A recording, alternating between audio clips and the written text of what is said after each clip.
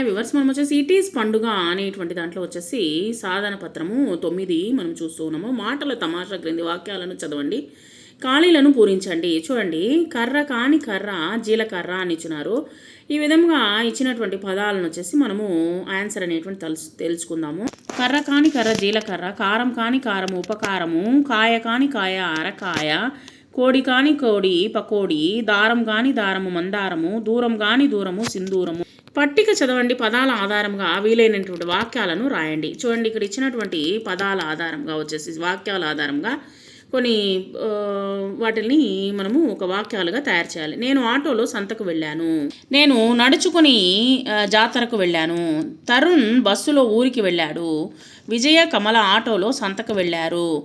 సింధు రైలులో ఊరికి వెళ్ళింది. నేను అడవికి వేటకు వెళ్ళాను. ఈ విధంగా వచ్చేసి మనము వాక్యాలని తయారు చేశాము.